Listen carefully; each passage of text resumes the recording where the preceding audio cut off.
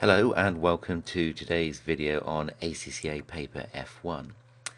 Today we're going to be looking at chapter 4 of our Express Notes, which you can download free of charge from the website. Now, this chapter looks at the concept of ethics and corporate governance. So a quick look through the word cloud, you can see some of the key things. Obviously, ethics, governance, ethical, shareholders, company. So what's this all about? This is actually quite a quick chapter, so I'll get straight on. First of all, if you look at page 21, key knowledge, business ethics and ethical behavior. So what do we mean by this concept of business ethics? As the name suggests, it's applying ethical values to a business scenario.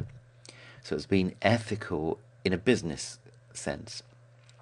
Okay, now the next question is, what do we mean by ethical and what do we mean by ethical values? As it's saying here, the general idea about whether something is ethical is the discussion about whether something is right or wrong. If it's right or wrong. If it's wrong, it can't be ethical. If it's right, it's ethical, or could be ethical.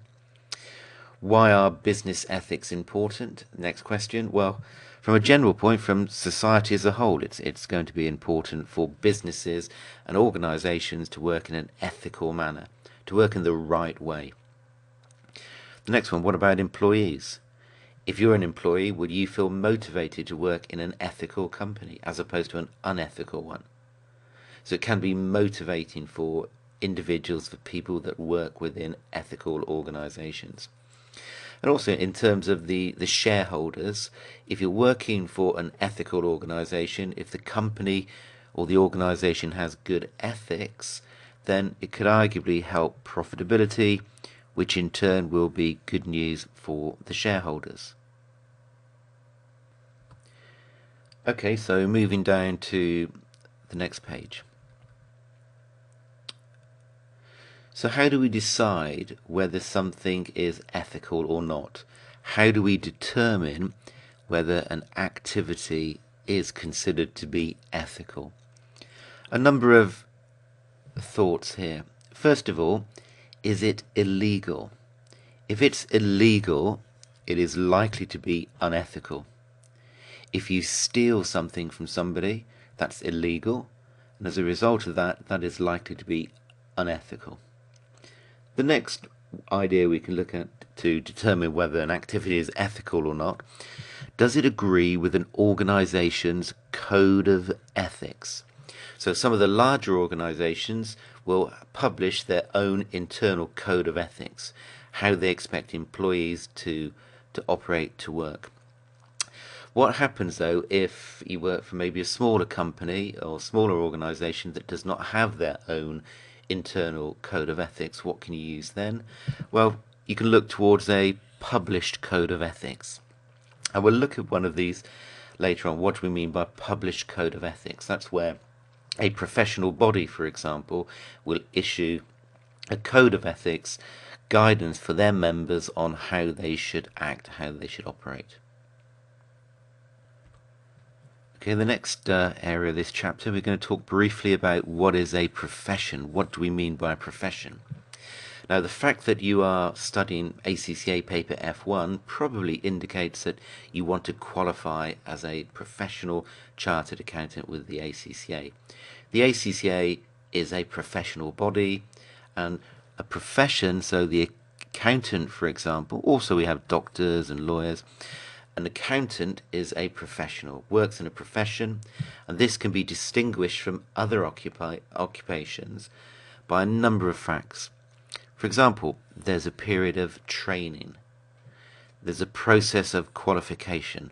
Hopefully what you're doing at the moment, you're training towards qualifying as an ACCA and obtaining ACCA membership. And the profession is bound by rules of a professional association. Now, I mentioned earlier about ethics.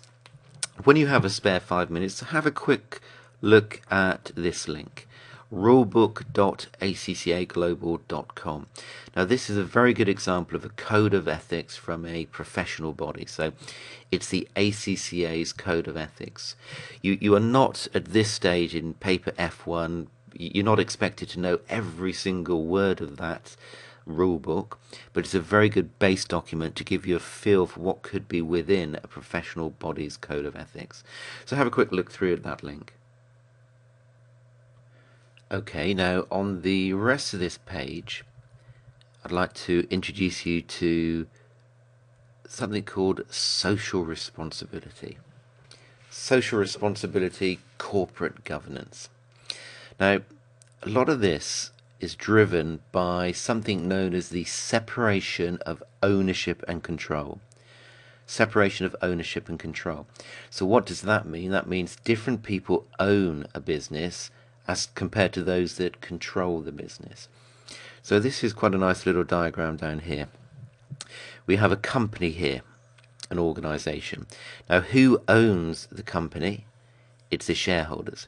So the shareholders own the company, but who actually controls it? Well, the shareholders appoint directors, and the directors then control the business on a day-to-day basis. So we have shareholders who own it, directors who control it. And this whole concept of corporate governance is based on this problem with the separation of ownership versus control. Carrying on the next page, as you probably thought already, if you're a smaller company, if you're a 100% shareholder, you could well be the directors as well. So in that case, it wouldn't be a major issue behind the separation of ownership and control. But the larger companies will almost certainly have separate shareholders and possibly even thousands of shareholders if you think of quoted companies on stock exchange and everything. So this whole idea of corporate governance is based upon how a company is governed, i.e. how it is controlled and directed. Now, various areas within corporate governance which are quite important to look at. We have concept of non-executive directors, remuneration committees, audit committees, and the public oversight. First of all, non-executive directors. These NEDs are not involved, so they're not involved in the day-to-day operations. They are not like executive directors. They're non-executive directors whose main purpose is to attend board meetings and maybe give a slightly more external view and to be challenging the executive directors. Remuneration committees. This is an interesting one. If a director controls the company, the director gets paid by the company, then why doesn't the director just pay him or herself an excessive amount of salary? So remuneration committees are set up to determine directors' salaries, for example, and other parts of their remuneration. They will have various non-executive directors on the remuneration committees as well. An audit committee will act as an interface between the auditors and the directors. So in other words, the directors appoint the auditors in effect are then checking on the directors. So we want some form of independent body. Again, that would be made up of non-executive directors as well. The next one to have a quick look at is what is known as public oversight. So this is the possibility for members of the public to come and see what is happening within the business, within the organisation.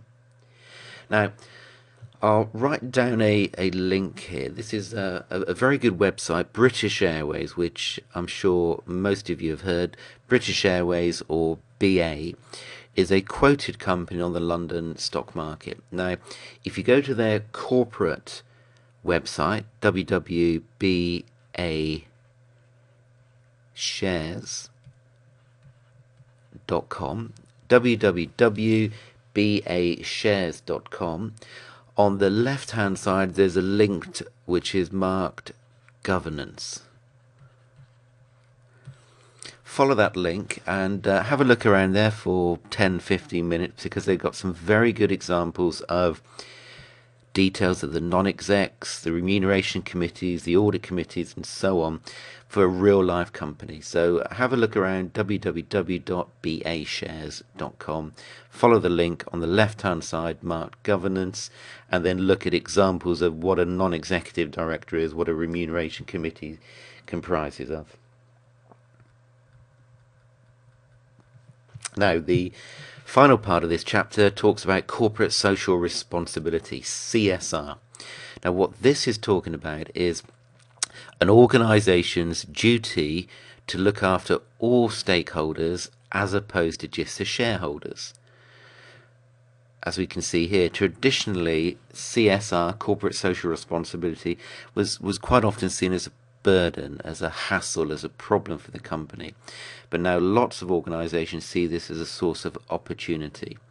As we've said here, it can help improve a company's reputation. Okay, thank you very much for listening. Thank you.